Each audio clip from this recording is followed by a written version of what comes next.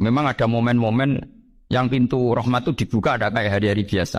Termasuk hari-hari ini. Kalau bersaksi hari-hari ini termasuk dibuka. Masyhur ada hadis inna li rabbikum fi ayyami dahrikum nafahatin ala fatata'arraduni nafahati. Saya ulang lagi ya. Inna li rabbikum fi ayyami dahrikum nafahatin ala fatata'arradu di nafahati. Setiap 1 tahun dari tahun kalian itu ada nafahat. Nafahat itu semacam pintu-pintu gelombang yang kamu itu mudah sampai ke Allah. Maka kamu harus bersiap-siap ada di jalur gelombang itu. Jadi kemana ya mulai Dzul Qa'dah gitu, Dzul Hijjah Muharram terus satu mulane kula mulai wingi Dzul Qa'dah pandek ngamal napa mawon sekolah lakoni termasuk mulan. Sampai golek kitab pesen teng Surabaya wau golek teng Jogja. Bismillahirrahmanirrahim. Nabi Musa niku nak ndonga niku ya ora karu-karuan, cara kita anut ya ora karu-karuan, tapi Nabi kekasih pangeran masyhur. Atuhlikuna bima fa'alas sufaha'u minna. Dan itu sedurunge Rabbi law sita ahlaktahum min qablu wa iya. Nak mereka jenengan sambil bledek perkarane salah. Menisan kula dadi gak nabi-nabinan. Dadi nabi ora di wong andalan. Nah menisan pateni kula menisan pateni dadi terus baris gak nabi-nabinan. Terus atuhlikuna bima fa'alas sufaha'u minna. Karo dine wong tiyang goblok liru jinan pertimbangno. Barno ra ampun wong goblok wae. Lah aku sing tak anut, mane wong goblok barno ae. Wong goblok kok dipertimbang. Mana ana wong ngomong pak kok liru ben karo wong goblok. Nah dari Nabi Musa iku atuhlikuna bima fa'alas sufaha'u minna. Atuhlikuna to rusak panjenengan ing kita bima fa'alas sufaha'u napa minna. Jadi mulane jogeman gitu yang niku sok pinter. Kok pangeran itu cara pandang itu apa ya? Sering di luar dugaan kita.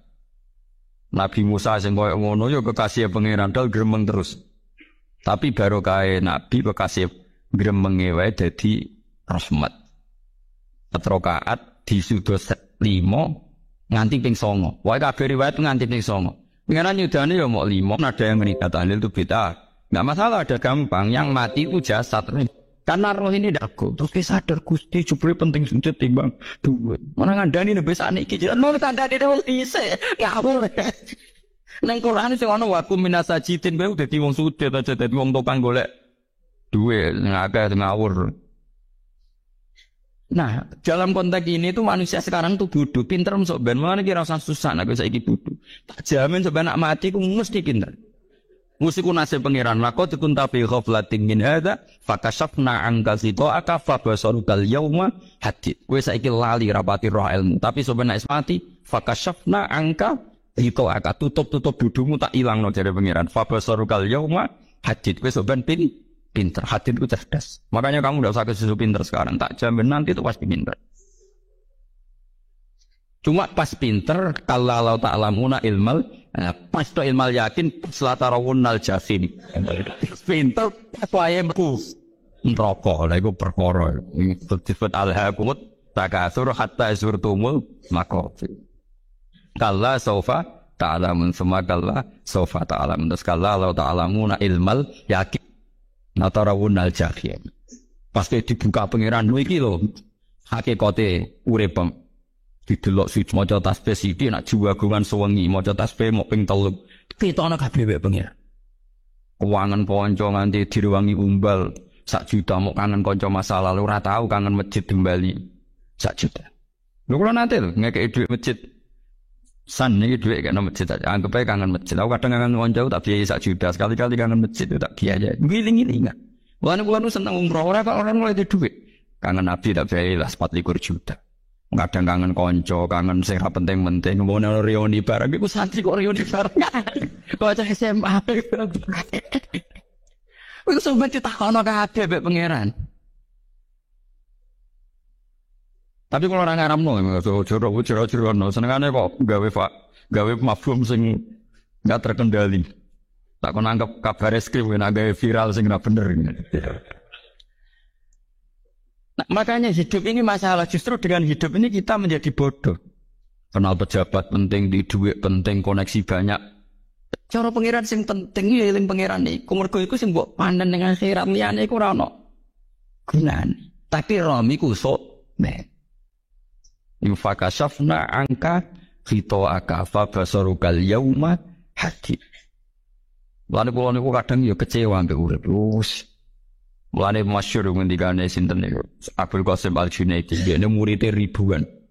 Ketika dia meninggal ditanya di mimpi, muridnya tanya, apa yang manfaati bagi engkau ya Abdul Qasim? Murid saya semuanya ada gunanya. Saya mengajari ribuan mereka ada gunanya.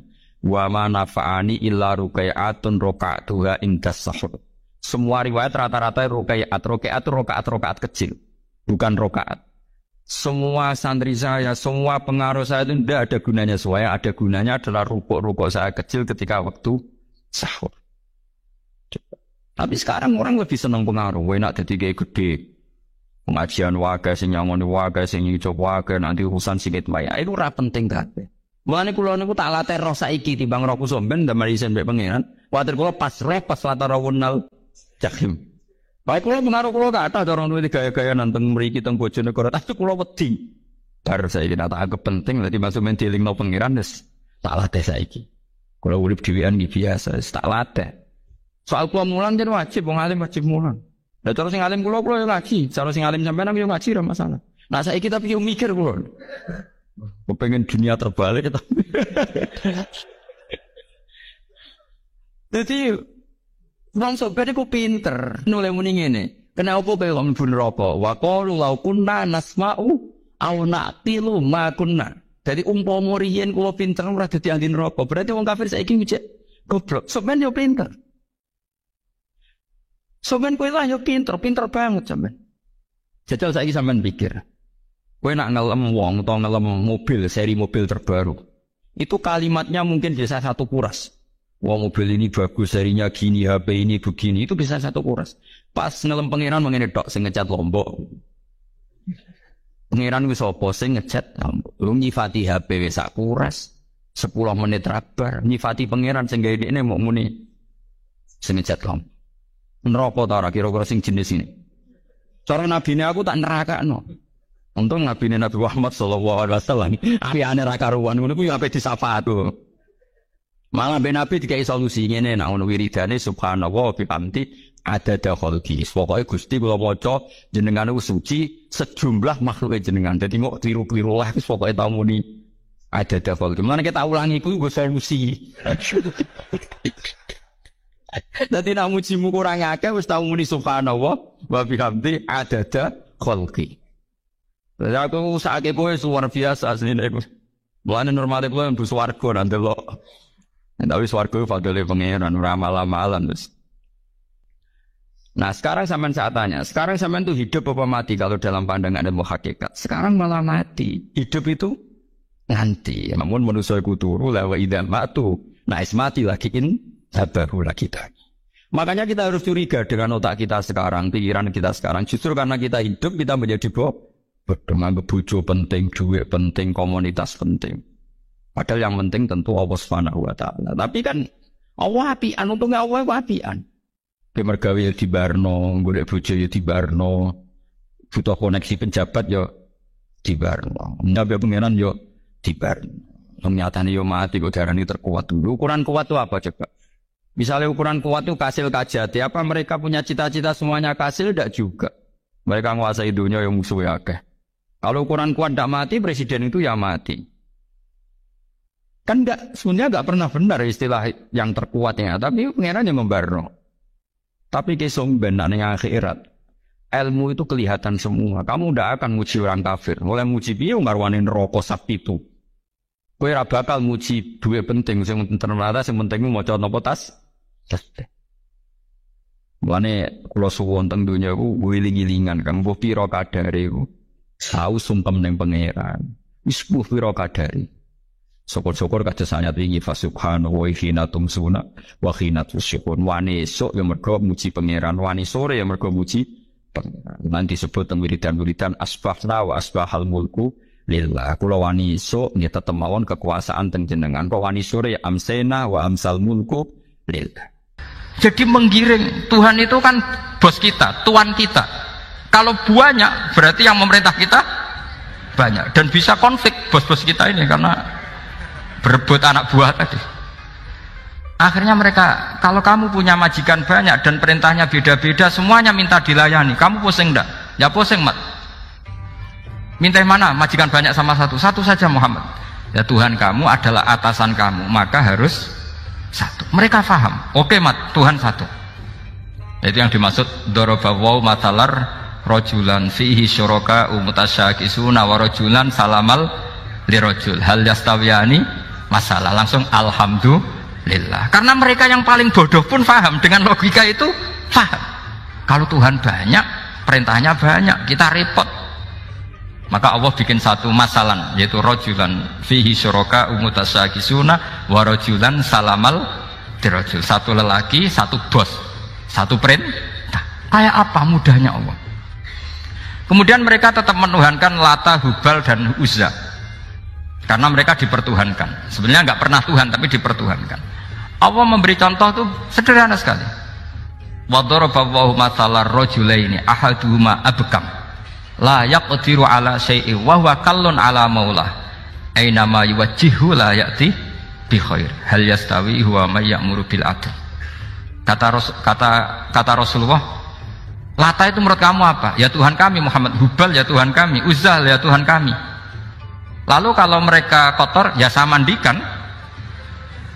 Kalau hidungnya coplok ya saya tata.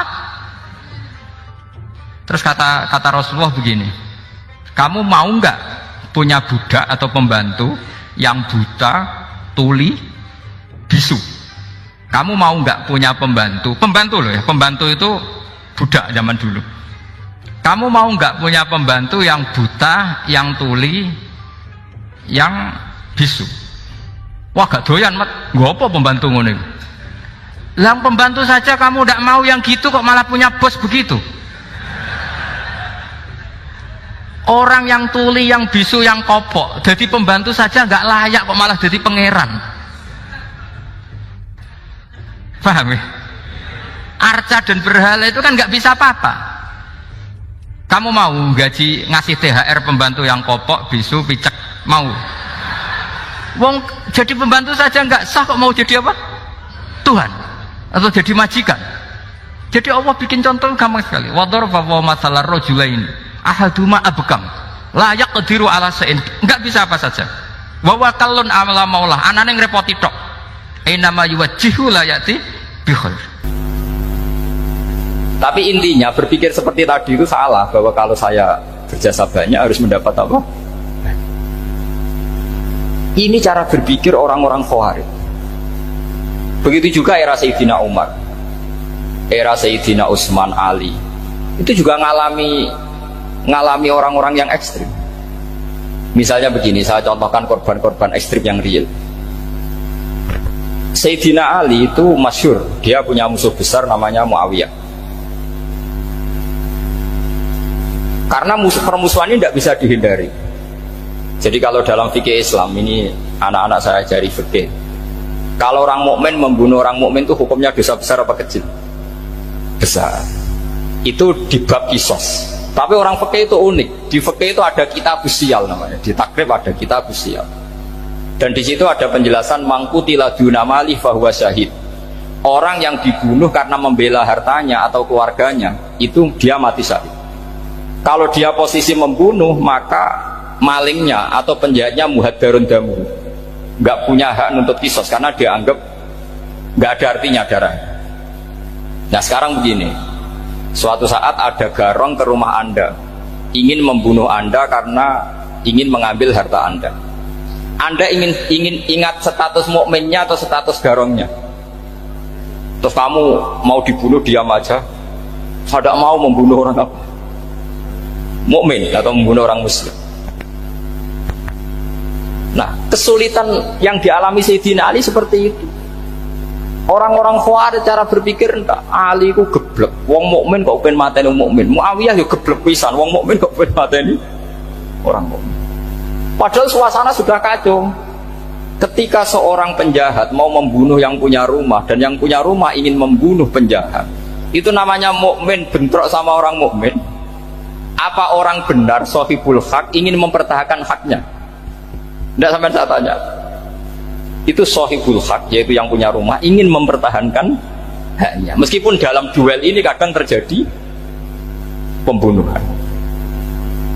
Nah di sini ini ya, ulama ahli sunnah menyebut masalah ijtihadiyah. Kelompoknya Sayyidina Ali mempertahankan nyawanya meskipun dengan cara membunuh pasukan Muawiyah. Pasukan Muawiyah juga mempertahankan nyawanya meskipun harus membunuh pasukan Ali. Zaman itu susahnya ijtihad seperti itu. Tapi orang Khawarij cara berpikir enggak, ini biang keladi masalah itu Ali sama Muawiyah. Akhirnya mereka malah rapat, ya sudah dua-duanya bunuh saja.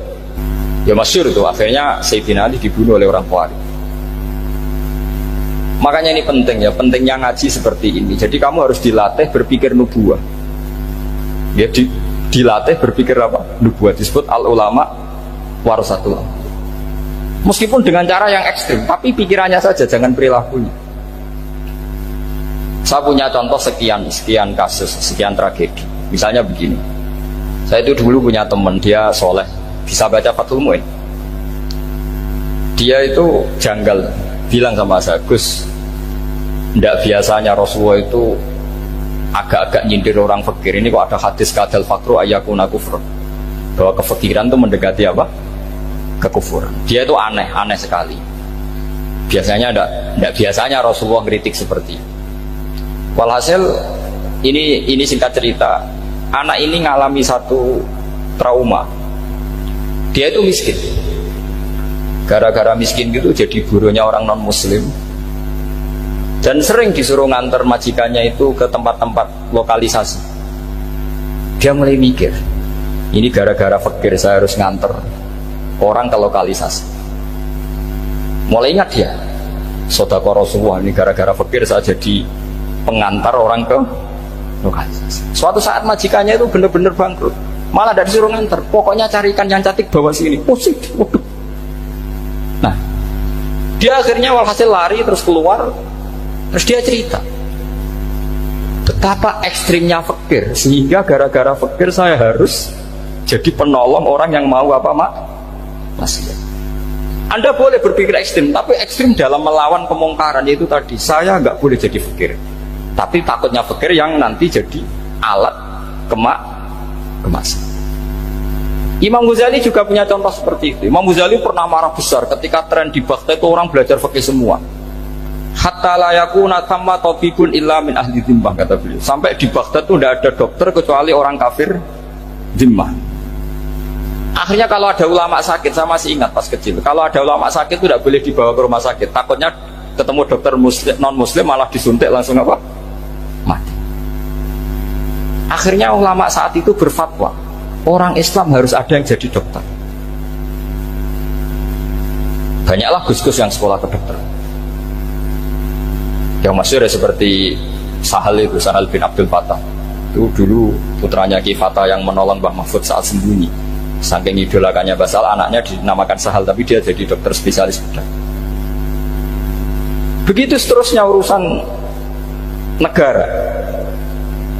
Dulu itu orang jabat itu tidak boleh, karena jabat itu dekat dengan syubhat, dekat dengan haram. Tapi gara-gara pejabatnya non muslim, kalau bikin aturan ya ala non muslim.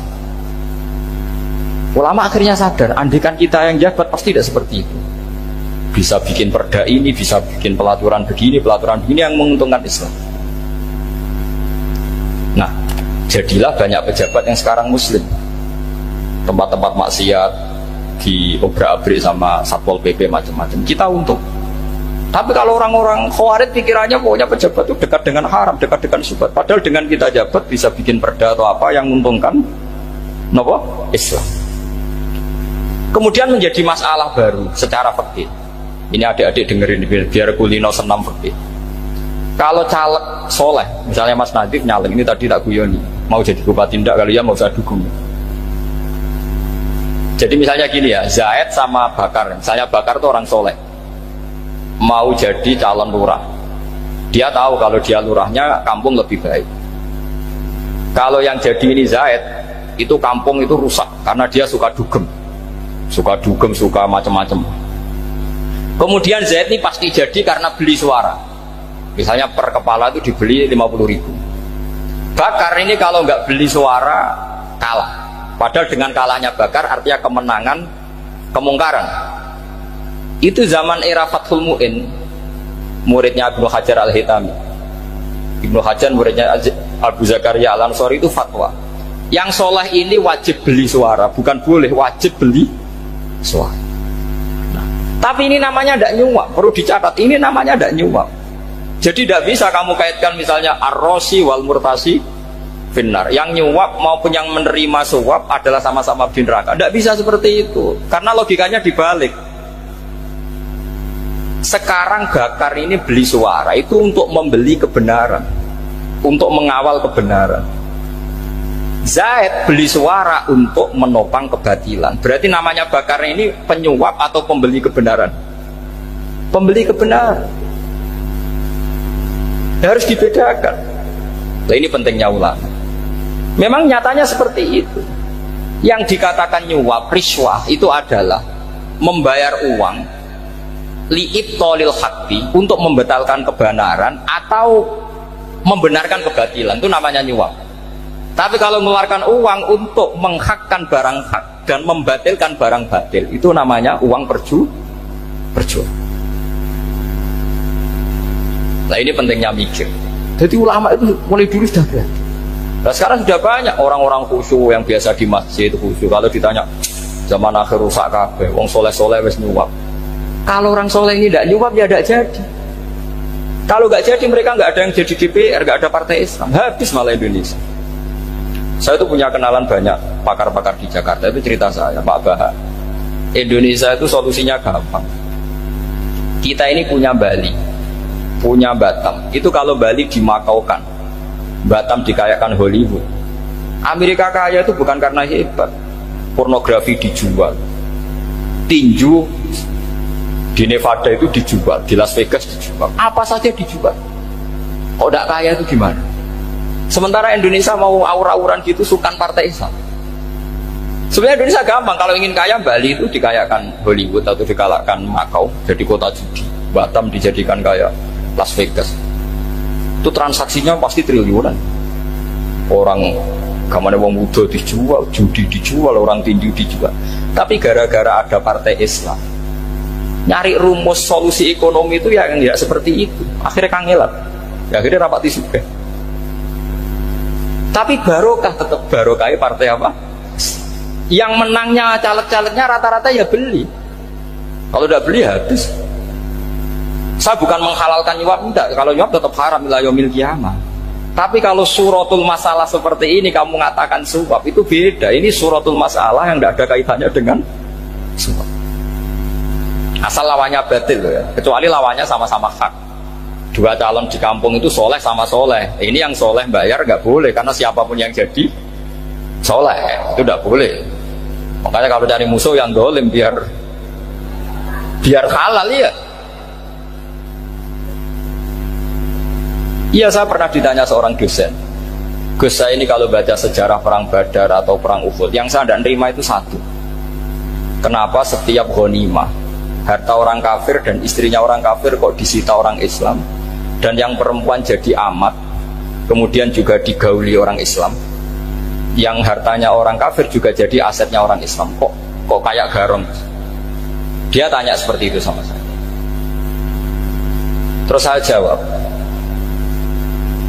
kalau sampean ada garong dan kemudian bawa senpi, senjata api, kemudian garong Anda, penjahat Anda lumpuhkan, ya senpi itu harus Anda kembalikan. Monggo penjahat ini kagungan jenengan beto wangsul, karena Anda milik Anda, harus dikembalikan. Wah, tidak bisa Bapak, kalau saya kembalikan pasti dipakai jahat lagi, dipakai kriminal lagi. Ya sama, kalau asetnya orang kafir dikembalikan ke orang kafir, akan menjadi aset kekafiran lagi untuk menghancurkan kita. Nah, perempuan juga sama. Perempuan itu alat produksi. Jika perempuan tadi dikembalikan ke orang kafir, maka kamu menolong populasi orang kafir. Ya seperti itu. Paham ya? Makanya disita dalam perang loh ya, tapi dalam perang yang legal. Nah itulah kenapa amat halal. Makanya di Quran itu illa ala azwajihim aw ma malakat aymah.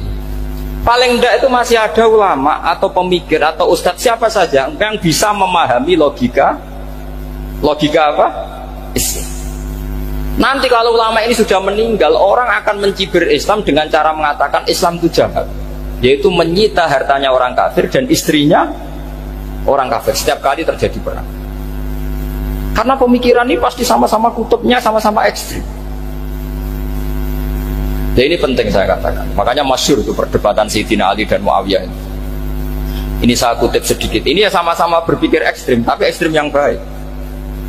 Walhasil dalam satu kerja bakti di Masjid Kuba itu ada sahabat namanya Ammar.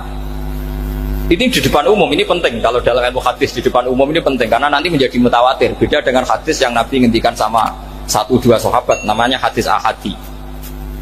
Di depan umum Nabi guyon gini sama Ammar, ya Ammar waihak taqtuluka alfiatul baghiyah. Ammar, kamu ini nasib kamu itu agak sial. Karena nanti yang membunuh kamu itu kelompok yang tidak benar. Alfiatul baghiyah itu kelompok yang tidak benar. Itu disaksikan sekian sahabat. Walhasil suatu saat Ammar ini ikut perang dan ikut pasukannya Ali dan terbunuh oleh pasukannya Muawiyah. Seneng Ali. Walhasil Ammar ditemuin sama Ali. Ya Muawiyah, al-ana dhuhara bi anna fi'ati haqqun wa fi'ataka baghiyah. Sekarang kelihatan siapa yang benar. Saya yang benar, kamu yang salah. Kenapa? Karena Ammar kelompokku dan terbunuh oleh kelompok kamu. Padahal kata Rasulullah yang membunuh Ammar adalah kelompok yang salah. Tapi Muawiyah pintar sekali, dia jawabnya gini, laula kama kutila Ammar. Ammar terbunuh karena bela-belain kamu. Kalau kamu tidak nyuruh dia perang juga gak terbunuh kan. Jadi kamu ikut andil terbunuhnya siapa? Ammar. Tapi apa kata Sayyidina Ali? Idzan qatala Rasulullah Hamzah. Kalau teori itu Anda pakai, Rasulullah pun membunuh Hamzah. Sekarang Hamzah perang karena suruhan siapa? Rasulullah. Yang membunuh Hamzah siapa? Wahsy. Kalau teori itu Anda pakai, berarti Rasulullah pun membunuh Hamzah. Terus fasa kata Muawiyah, Muawiyah diam. Jadi fikih pun tuh diputuskan lewat pikiran ekstrim. Tapi bukan ekstrim yang merugikan orang lain. Ya, kalau merugikan orang lain namanya sudah la darara wa la dirar, dia menyalahi aturan itu. Makanya saya pernah ngaji di sini dulu ketika tahun kemarin.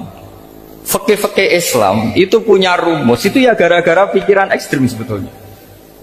Saya pernah nyontohkan adalah orang tuh kalau sholat jenazah itu mayitnya di depan. Itu ulama fikih tidak ada yang punya alasan. Mau hanya bilang gini, hakadha wajadna salafan wa khulafan. Mulai dulu kalau nyolati mayit ya jenazahnya di depan. Ya hanya gitu saja, tidak punya alasan. Makanya ulama lain mengatakan tidak apa-apa jenazah di belakang, yang sholat di depan. Kenapa? Fa innaha laysat bimanzilatil imam. Memangnya jenazah imam harus di depan. Itu ya tidak ada yang bisa bantah. Bagaimana mungkin harus di depan? Oh, tidak imam kok harus.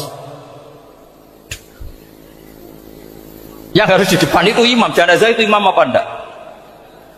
Enggak. Terus alasan kedua, sholat ghaib. Kalau ada orang mati di Surabaya, Mas Nadib di sini, sholat ghaib boleh enggak? Boleh. Jenazahnya di depan apa belakang? Di belakang kan? Berarti harus enggak jenazah di depan? Ya dia mau ngakeh yang jelas kalau itu. Lah ini contoh-contoh kecil. Nah orang Khawarij itu orang yang paling tidak mau menerima otak-atik seperti itu. Akhirnya jadi goblok bareng tadi. Ya makanya Rasulullah pun jadi korbannya Khawarij. Muhammad, kamu harus adil. Karena pikiran mereka adil itu yang memberi banyak ya dapat banyak. Kalau pikiran nubuah tidak seperti itu. Kalau yang biasa memberi, biasa heroik, biasa baik, ya biar tetap biasa memberi. Jangan dilatih jadi apa? Fasih. Ini mungkin adik-adik juga agak keberatan, tapi harus dilatih. Makanya saya itu jadi kiai itu ya mulai kecil, anaknya kiai, putu kiai, saya itu yang mulang itu senang. Saya tidak pernah terlintas dikasih santri atau dihormati, anda. Mungkin sampai mati agak terlintas. Ya pikiran saya sederhana. Biasa mulang pahlawan, malah sekarang pasien itu malah kayak cemen, kayak turun kelas gitu. Jadi saya terus, ya enggak kepikiran sama sekali. Loh kalau saya minta sama Allah, karena itu atasan saya. Makanya ada ulama yang ekstrim gini, ini kisah nyata. Ada ulama alim datang ke seorang raja, rajanya ini soleh padahal.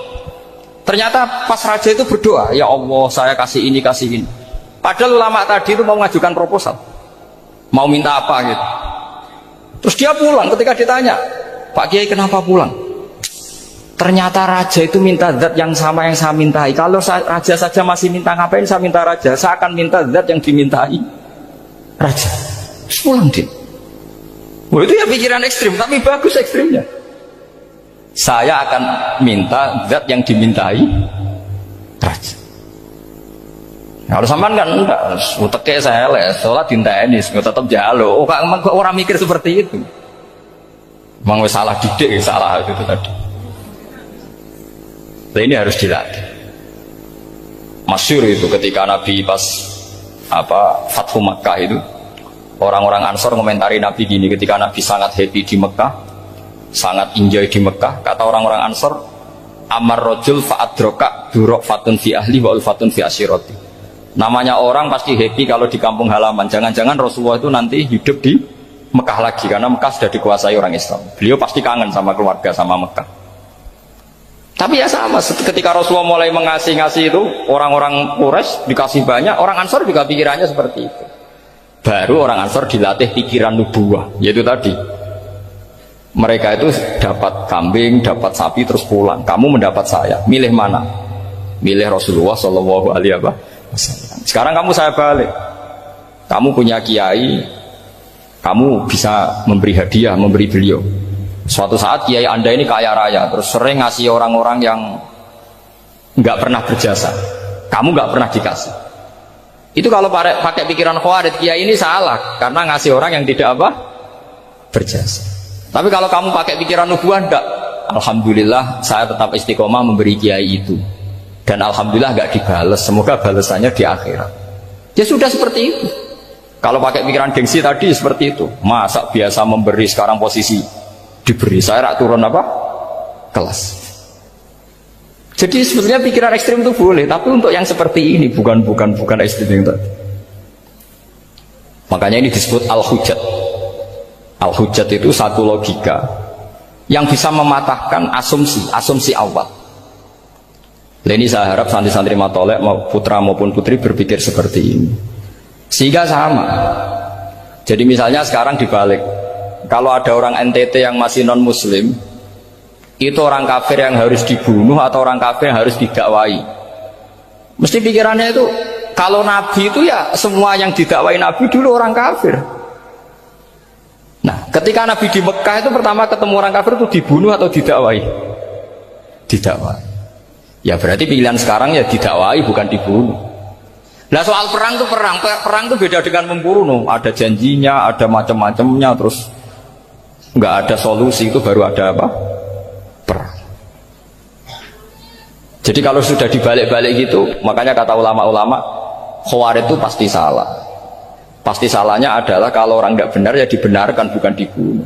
Kalau setiap orang kafir dibunuh, Nabi kapan jadi nabinya? Karena orang kafir habis. Jadi metode bil hikmati ada, metode hasanah ada, karena orang kafirnya sudah mati.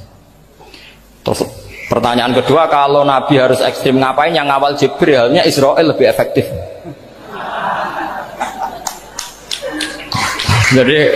Jadi kalau sama-sama ingin ekstrim, Nabi itu nggak usah dikawal Jibril, kan nggak efektif kan?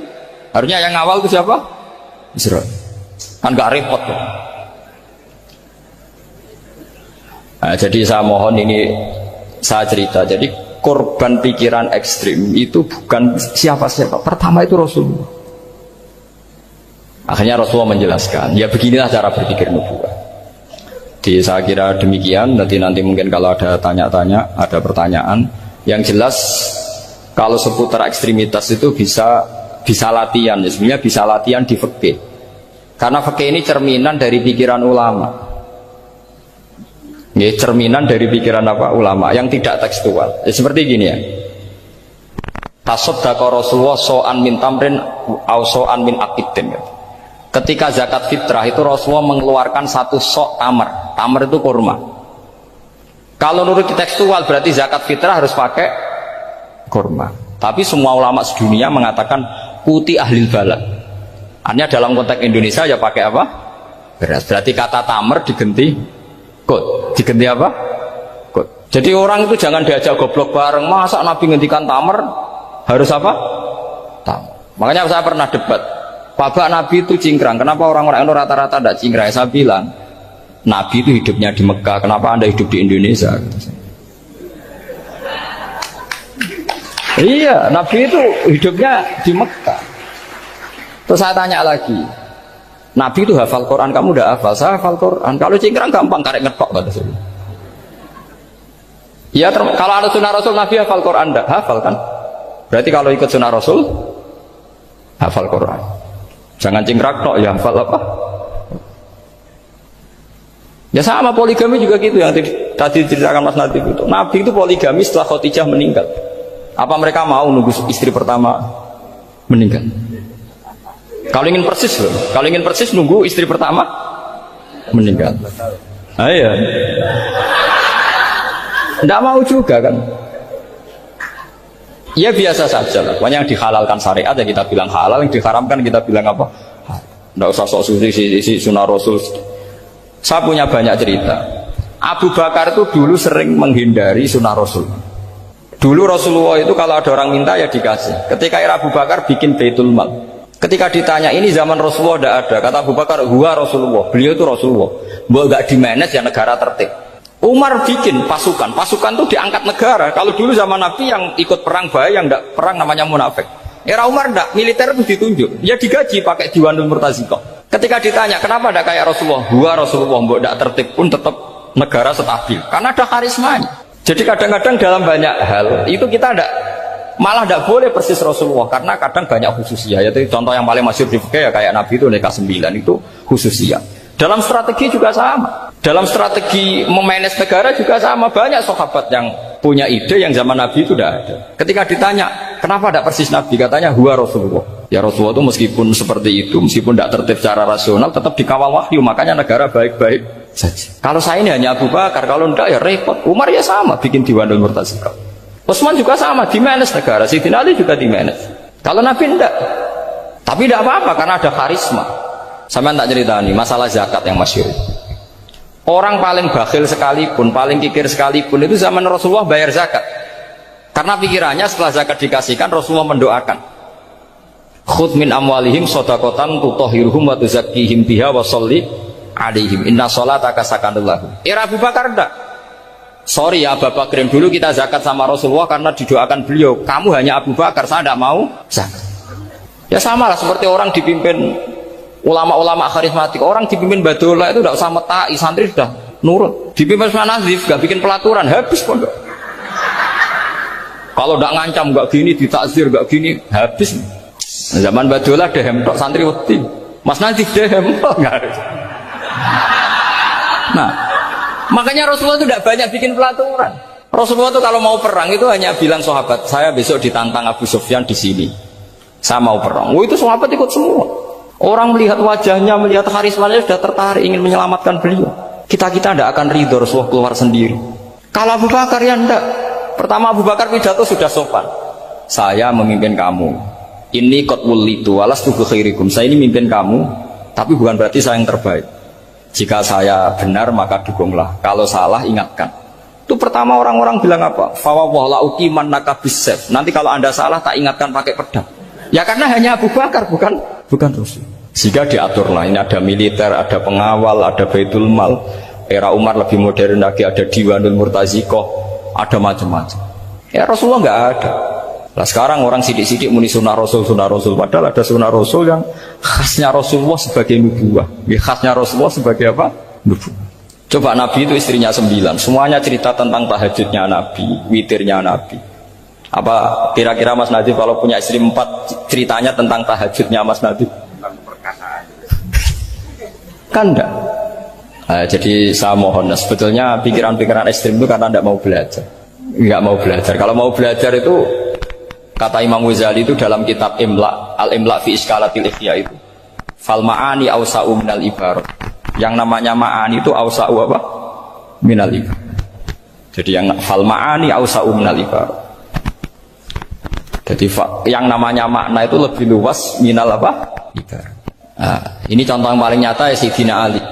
Ketika Sayyidina Ali perang sama Muawiyah, itu Sayyidina Ali bilang sebaiknya Muawiyah kirim delegasi mediator. Saya juga kirim mediator. Terus orang-orang khawarid karena tadi tekstual. Mahadha ya Ali. Ini apa ya Ali? Lam yujad fi kitabillah. Aturan mediator itu tidak ada di Quran. Bahwa kalau kita perang harus ada mediator itu tidak ada. Terus Sayyidina Ali baca ayat Wa in khiftum shiqaqa bainihima fab'atsu hakaman min ahli wa hakaman min ahliya.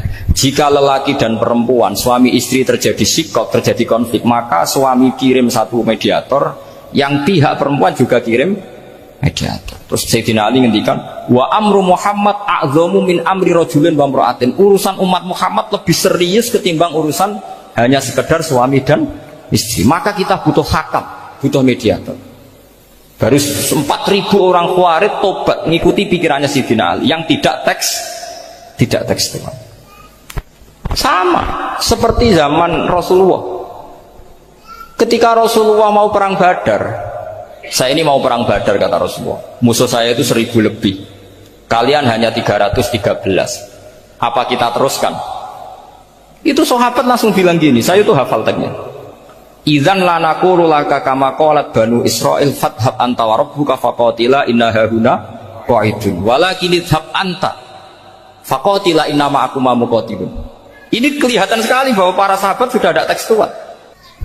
Orang-orang Bani Israel ketika melihat Musa katanya sakti dan orang dekat Allah, itu cara berpikir orang Bani Israel gini. Walhasil ada perintah supaya Musa itu merangi kaum Jabarin. Orang Jabarin ini gagah-gagah, pikirannya orang Bani Israel, Musa kami itu sakti dekat Allah, ya sudahlah sama Allah saja sana, tak tunggu di rumah kabarnya. Itu kan sama dengan santri semedit, roh kiai ini suga, kiai ku suga, serasa tak pikir kan seperti itu. Ya sama seperti itu. Nabi ku kekasih Allah, mesti perang menang, serasa tak ewangi mesti menangis. Fadhab anta wa rabbuka faqatila inna hahuna qa'idun. Ya sudah, kamu berangkat saja sama Tuhan, tak tunggu di rumah. Tapi apa kata para sahabat Ansor ketika Nabi minta supaya mereka dukung di perang Badar? Langsung bilang, idzan la naqulu laka kama qalat banu Israil. Kita tidak akan bermental kayak Bani Israil. Ini tekstual pada enggak. Mereka punya mafhum, punya pikiran. Cara Mas Adi punya kreatif. Bahwa ini mental yang bejat, kita tidak akan meniru seperti itu. Itu sahabat. Jadi dulu sahabat itu makna di Quran juga ada tekstual. Jadi bisa memahami. Nah sekarang orang memaksa semuanya harus tekstual.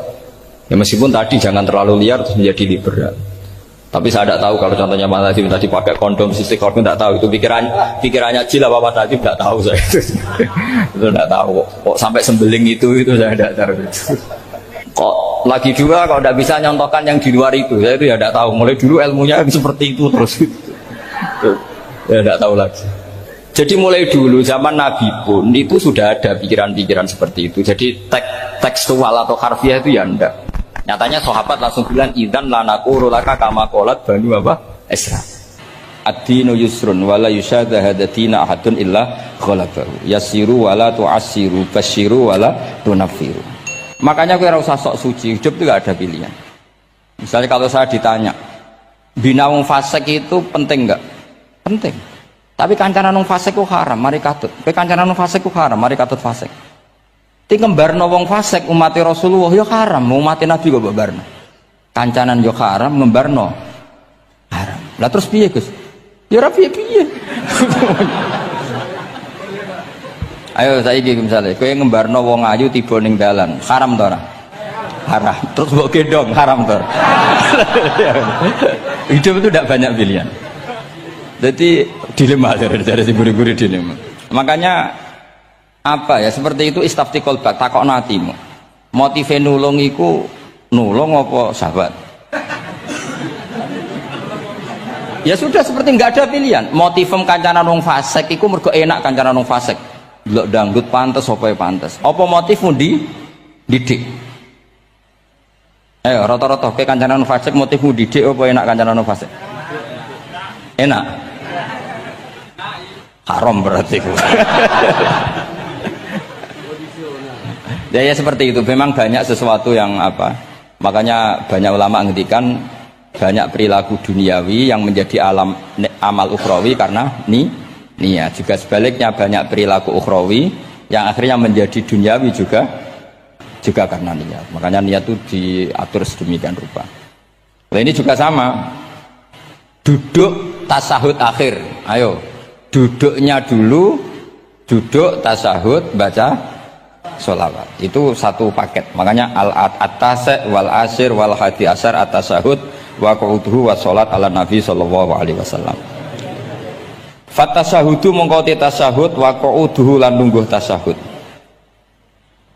In aqobahuma lamun ana sing maca akibat tapi sami nggih. Lamun mungkasi utawa nyusuli huma ing tasyahud lan qu'ud apa salamun salam iku ruknani berarti rukun karone.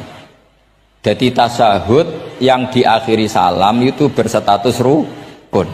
Berarti tasyahud awal berstatus sunnat karena tidak diakhiri salam. Jadi nak wonten tiyang traweh kok 4 rakaat langsung salam itu nggak bisa dikatakan batal karena statusnya tasyahud awal nopo sunnat. Yeah. Tapi kalau traweh itu sudah monggo kalau traweh itu sudah menjadi alamiah, jadi biasanya ulama berdebatnya begini, ini dengerinnya. Kata taraweh itu alamiah apa implementasi dari Qiyamul Lail? Ayo jawab. Traweh itu alamiah apa implementasi dari Qiyamul Ramadan?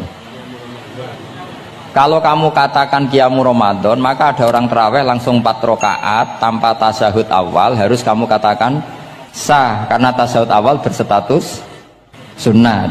Tadi kan dikatakan tasyahud yang wajib itu yang diakhiri salam, berarti tasyahud awal sunnat. Di mana-mana kalau sunat boleh ditinggalkan. Yeah. Tapi ada ulama yang agak ekstrim mengatakan begini cara berpikir, tarawih itu alamiah. Alamiah artinya yang dikatakan tarawih, yang dikatakan tarawih adalah sholat 2 rakaat dengan 1 salam. Paham ya? Artinya kalau 4 rakaat dengan 1 salam itu namanya tidak tarawih. Paham ya? Makanya seperti itu tuh ya gak usah diperdebatkan. Seperti gini, sampean kalau sholat witir aku yakin akeh sing batal, cuma pangeran maklumi. Aku yakin akeh sing batal tapi pangeran maklumi. Jadi disahno, kenapa sah? Dimaklumi Allah Subhanahu wa taala tadi. Kamu kalau witir kan 2 rakaat dulu. 2 rakaat setelah itu. Sekarang pertanyaan saya, ketika 2 rakaat kowe niat tembi. Wong niate witir kok genep. Ya kan? Apa? Lah pertanyaannya begini, ketika rakaat ini minal witri, kemudian orang ini ternyata nggak nerusno sing sak rakaat, itu sah sebagai witir apa sholat biasa? Loh ada nih ya, murid temu beling-beling ya, modelnya itu mau rasa ya. Tapi ya apa gak zaman akhir ya sahabat. Ndak, ketika 2 rakaat itu jenenge sholat witir apa ndak gitu saja pertanyaan. Orang oleh ngeper, jawabnya ngono tok. Ketika 2 rakaat itu witir apa enggak? Tidak.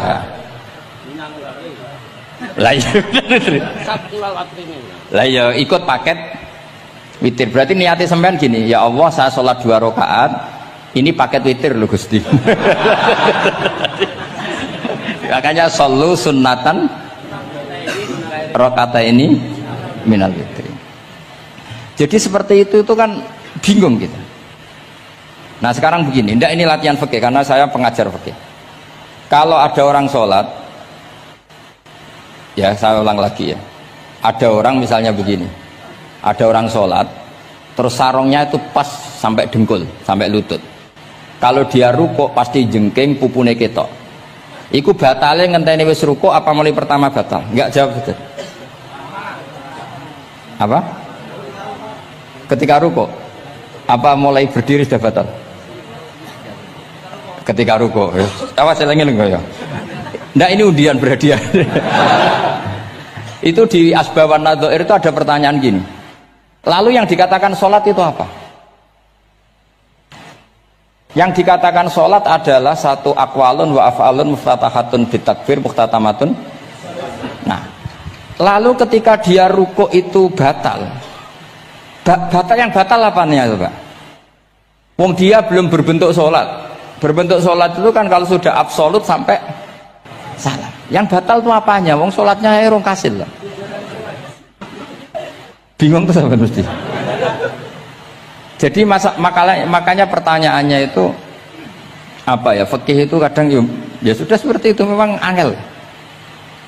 Makanya kalau kamu melihat perempuan itu Di takrib itu melihat perempuan yang ajnabiyah itu haram kecuali untuk sekian hal, termasuk mulang muamalah. Terus ngopi dianggap muamalah, repot. Sekarang pertanyaannya, kamu ngopi demi melihat apa melihat untuk ngopi? Nggak jawab. Lah anak niatnya ngopi, mestinya kan brewok lah ya di ngopi ini kan gitu. Cek bakule brewok, cek bakule kumisen. Kopi enak. Nah yang kira-kira agak haram itu mesti begini. Saya sama Habib Ali jalan ke Jakarta terus ngantuk ngopi. Kebetulan bakule ayu insya Allah halal karena orang niat. Nak sampean kan gak apal. Oh sing pojok kono wae. Wah itu mesti haram itu, tak jamin itu. Goblok ngopi kok ning kene ning kono wae. Kalau saya sama Habib Ali enggak. Jadi ya mlaku-mlaku ngantuk ngopi. Kebetulan bakule ayu. Ya terus mungkin wong soleh ya cepet ya ini bahaya ini. Nak pas umat soleh ya gitu, kalau nggak pas wah cocok ya. Lah mulai ngomong cocok itu masalah kan. Makanya pertanyaannya itu yang halal itu nazar li taklim apa taklim li nazar? Apa? Nazar mbol kowe sing muni. Jadi itu masalah-masalah fikih memang. Makanya kalau berteman orang fasik itu hati-hati ya. Kalau itu kamu lihat umatur Rasulullah Sallallahu Alaihi Wasallam yang perlu kamu selamatkan, yang perlu kamu bina, jenenge tarbiyatul fasik, membina orang fasik. Tapi kalau kamu memang bermental fasik, ini namanya mualah, berkawan sama orang fasik. Itu hukumnya langsung rubah. Kalau mualah ya haram, kalau tarbiyah sunnat atau bahkan wajib. Lan takok bedane piye? Gus takok awakmu. Ya sudah seperti itu, nggak ada jawabannya sudah. Sing kok nang akhirat fayunabbi hukum bima kuntum tak malun. Sing kok apa piyambak sing apa menghisab. Mun kula terusno ya. Wa illa fasunnatani. Wa illam yaqib huma salamun fasunnatani. Terus ini aturan pokok fikih sebenarnya wa kaifa ada jaza. Sebetulnya aturan duduk itu enggak ada. Kamu duduk gaya apa saja itu sah. Wa kaifa ada lan hale kaya apa lungguh sapa wong jaza mengko wenang apa ikilah kuut. Terus tenggene lungguh teng napa? Tasawuf akhir misalnya kue silo ya sah, gaya lungguh apa sah? Meskipun ya rada kurang ajar, mau sholat arang-arang wae kok. Tapi secara hukum sah. Jadi misalnya wonten wong desa terus kadang tasawuf akhiru sikile rada mlekang, kadang wis pokoke wa kaifa ada jasa. Jadi pentingnya ngaji ngeten iki paling gak nglahirno husnudzon. Bahwa aturan duduk itu gak ada. Misalnya aja mentang-mentang sampean khusuk lungguhe bener terus nek ana lungguh rontok metintang sithik, wah iki gak sah. Gak tau ngaji. Kowe sing ora tau ngaji maca wa kaifa ada jaza. Aneh-aneh. Kowe sing ora tau ngaji wa kaifa ada jaza. Enak ora tau ngaji malah nuduh. Iso wae sing lungguhe ora bener ku wali malah lara kowe. Meskipun agak-agak ya ora. Wali kok lungguhe ngono. Tapi nek misale wali tenan kualat sampean. Wa kaifa ada jaza. Terus hukum itu penting. Jika kalau sampean haji tenggene Mekah niku salat itu umum macam-macam. Kula sing nganti saiki iskal tapi wis ora iso protes niku lho, Beb. Wong kuat ngadeg nggawa kursi nak salat kok lungguh. Nak teng Indonesia wong salat lungguh ora ngentosi bener-bener lemah. Ning Arab gak kuat nggawa kursi. Salate lungguh. Engko nak ngarep iku sofa kosong, kursine digawa. Ya lungguh meneh. Batinku lho nggawa kursi ngalor idul kuat kok salate. Nak teng Jawa iku anggere ngape mati cek salat ngadeg. Kursine enteng. Dadi ya kula mboten ngerti nih. Ada lagi yang orang Arab, mungkin Arab Bedui. Itu kalau ada yang nelpon, itu teleponnya dijupuk. Jap soli. Kalau aku dong ditakoki, Gus iku madzhab apa? Aduh, mayo ketoke madzhab goblok.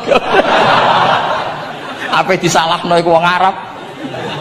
Wong Arab ora disalahno iku. Akhirnya debat. Sholih iku pirang huruf?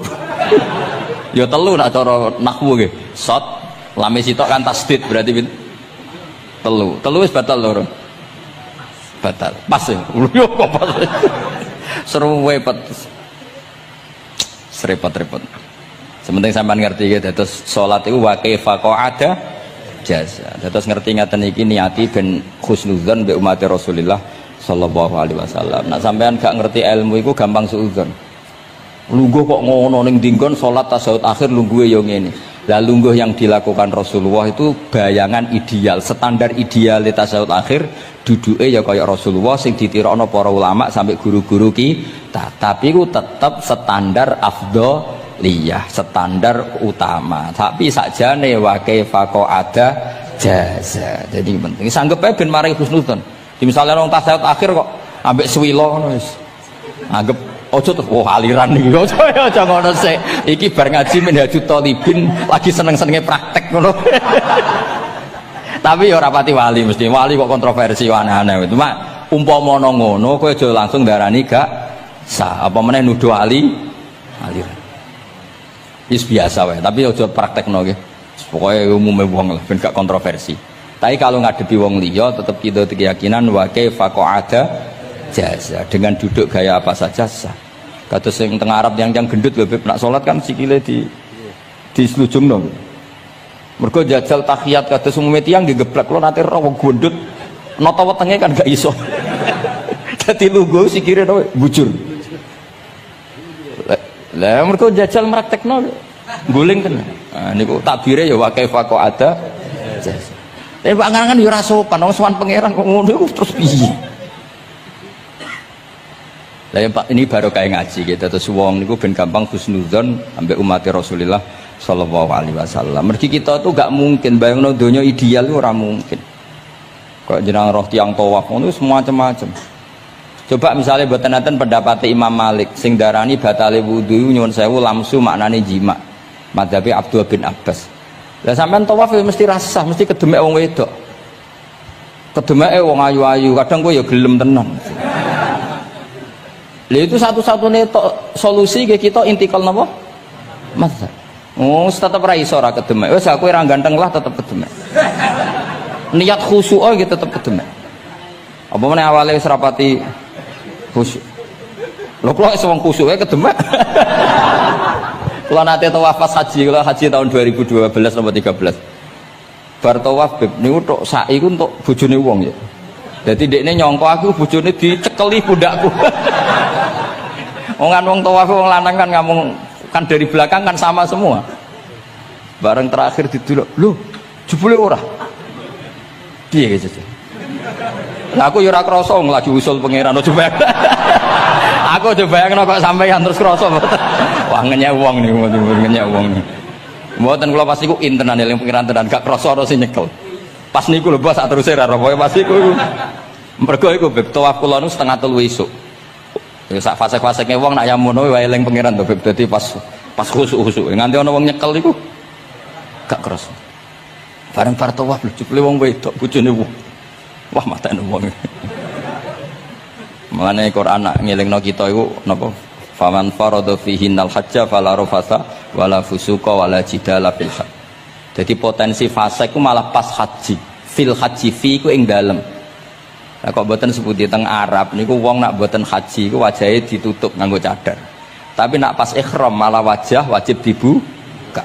Iku wis mari uji nyali tok. Kalau nate dikonco khusuk tenan ya khusuk alim. Niku nate di kesempatan ngambung Hajar Aswad. Pas sampai ngambung, pas entuk detik ngambung, pas ana wong Turki wayu pas ngambung. Niku cerita teng kula, cara tak terusno Gus. Iku ora kena Hajar Aswad. Kena pipine cah wedok niku. Lho pangeran niku kok iso detiknya sama. Pas sampai ngambung, pas posisi Turki yo wayu Gus. Lha iku wong alim eling ayune, ora eling Hajar Aswad. Rezeki wae. Mulane Hajar Aswad itu ngenes, mulane jare Hajar Aswad aku iku dhisik putih. Gara-gara dosane Bani Adam dadi ireng. Mulane kata yang haji nangis kan termasuk niku, nyesal deh. Jebule wong sing rayu bojone tok wong nundune wayu kabeh. Sing bagian niku maksudnya. Dadi nyen repot. Pangeran niku nguji ngoten faman farada fihinnal hajja fala rafatha wala fusuqa wala jidala fil hajj. Bener nak salat. Sak fasek-faseke wong pas salat iku mesti warung lanang-lanang. Salate ning masjid ngarepe wong lanang, pinggire wong lanang. Haji mboten. Masjid Haram, masjid paling suci sak donya, tapi itu uji nyali tenan. Kalau di kanca haji beb tiyang Magelang khusuke sak poli. Selawase ra tau salat jejer cah wedok. Niku salat jejer cah wedok sing disujudi cah wedok. Nangis betul. Lah kula rapati khusyuk ya ora nangis biasa wae. Nangis. Lho sampean musim haji kan kredit. Jadi kanan kirine wedok ning ngarepe wedok. Dekne sujud gelem ra gelem kudu ning bokonge cah wedok. Sing ning cerita-cerita kitab lho, nak haji hujud ku ning bokong. Lha iku tebakan bokonge wedok. Nangis. Gus kula niku tiyang Magelang, sak urip-urip kula ora tau jejer wong wedok. Wong khusyuk. Katoke bakat dadi wali, katoke wong khusyuk. Nangis bar haji. Gus kula napa hajine mboten ditampi kok nate ngalami sujud. Aku piye ben ngandani wong khusyuk bingung kok ngandani wong khusyuk. Ngongkon istighfar ngundine ra salah wong kepeksa. Ngongkon nikmati wong khusyuk kok tak kon nikmati. Lho cara sing takok sampean. Aku meni gayamu. Jawabnya gampang, cara sing takok sampean jawabnya gampang. Nggih piye? Paling gayamu apa? Iki sing takok wong khusyuk.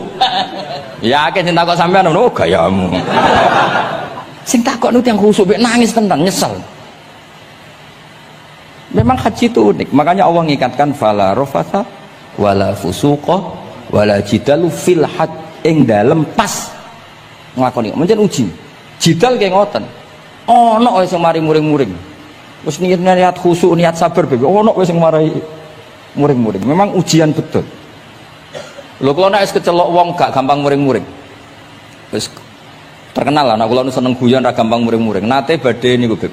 Romyu tanggal 11 umumnya haji Indonesia rak koblas zawal melok beb teng rombongan tiyang iki wareng tok Mina wonge diding-diding iki ajaran napa Romyu kok koblas zawal nabi ku ora tau Romyu koblas zawal nabi mesti Romyu ba'da zawal ngamuk-ngamuk sakjane kula mboten mutawif kula mboten kaji gaet mboten kaji tenan nganggo dhuwit nak gaet diamuk wajib meneng ya engko iso di PHK akhirnya kula ngomong ngene akhirnya kula dijakno Pak Bak sampe sing ngadepi.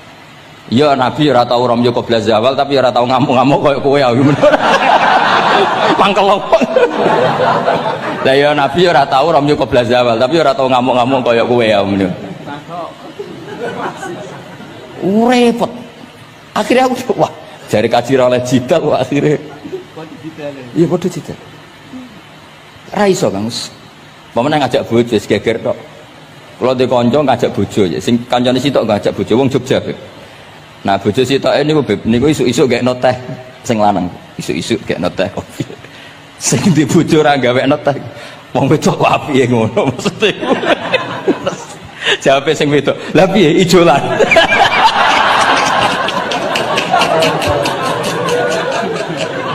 Dadi wong lanang kok kadang spontan lu kan yo kacau. Cah wedok cek apike mbek bojone. Piye Mas, ijolan maksudnya. Wis pancen jare amit pas kaji. Ayo sapa sing kaji ora jidal lho ben ora raine. Sing ngene-ngene iki lho. Wong aja ulama aja Habib iku wis gak mlebu kias sing umum-umum ngono. Wes angel. Ono catering terlambat, wah ada saja yang bikin apa? Emosi. Kalau kaji tak rilek-rilek. Tapi ya sono ngono pidato ning Mina ono macam-macam. Ribet. Itu fil hajj. Allah memang dari awal memperingatkan potensi maksiat itu justru fil hajj ketika musim haji. Pemene wae perkara dam wis macam-macam. Mun kula terusno sing penting kok edae teng salat wa kaifa qa'ada jaz. Kados wingi Imam Rafi'i dawaken salat sujud itu cukup watul jabah. Niku nggih guling-gilingan ben gak gampang suudzon mbek tiyang lintu. Nah kita piyambak tidak akan mempraktekkan itu, kita tetap sujud melibatkan 7 anggota. Cuma nak ono sing ngono gak gampang suudzon. Wong bar ngaji minhajud talibin. Dadi ono gunane lah. Wa kaifa qa'ada jaz. Jadi duduk dengan gaya apa saja berstatus sah. Nggih, duduk dengan gaya apa saja berstatus sah. Tapi saya ulang lagi tentu kita tidak mempraktekkan itu. Kita duduk tasawuf awal gederekno para guru, tasawuf sani gederekno para guru. Cuma status hukum wa kaifa qa'ada jaza dengan duduk gaya apa saja sah. Karena kita tidak pernah tahu. Ana wong duduke mingkrang jebule mbok salahno, mbok takokno jebule udunen kan ya ora roh. Salat kok modele ngono ku model apa? Jebule wonge napa? Udunen. Utawa wonge bar digi panjen sikile ra iso ditekuk. Barang mbok amuk, salat kok ujug-ujug bar gipan lho gipan. Kan tidak pernah tahu, makanya ini butuh perangkat hukum. Jadi wong alim butuh itu khazanah hukum supaya agama ini luas. Ad-dinu yusrun wala yusyadahadatina ahadun illa ghalabahu. Yasiru wala tu'assiru, basyiru wala tunafiru. Mun kula terusno. Wa yusannu lan den sunatno fil awali ing dalam tasawuf awal apa al-iftirasu lugo iftiras. Mun sampean ngerti niku. Faya jlisu ala ka'bi yusrahu wa yansibu yumnahu wa yadau atrafa asabihi lil qiblah. Wa fil akhir at-tawarruku wa kal iftiras lakin yukhriju yusrahu min jihati yamini wa yulsiku warikahu bil ardi. Ini ora usah diterangno ya, karena apa? Ya sudah, pokoknya seperti yang sampean praktekkan, itu yang tasawuf awal jenenge apa? Iftiras, yang tasawuf tsani jenenge tawarruk. Ora usah diterangno, malah dimaknani malah bingung sama. Wal asah yaftarisul masbuk wasahi. Nah, meskipun imam itu tasawuf akhir, masbuk tetap bergaya tasawuf awal karena masbuk tidak diakhiri salam karena dia nanti berdiri lagi.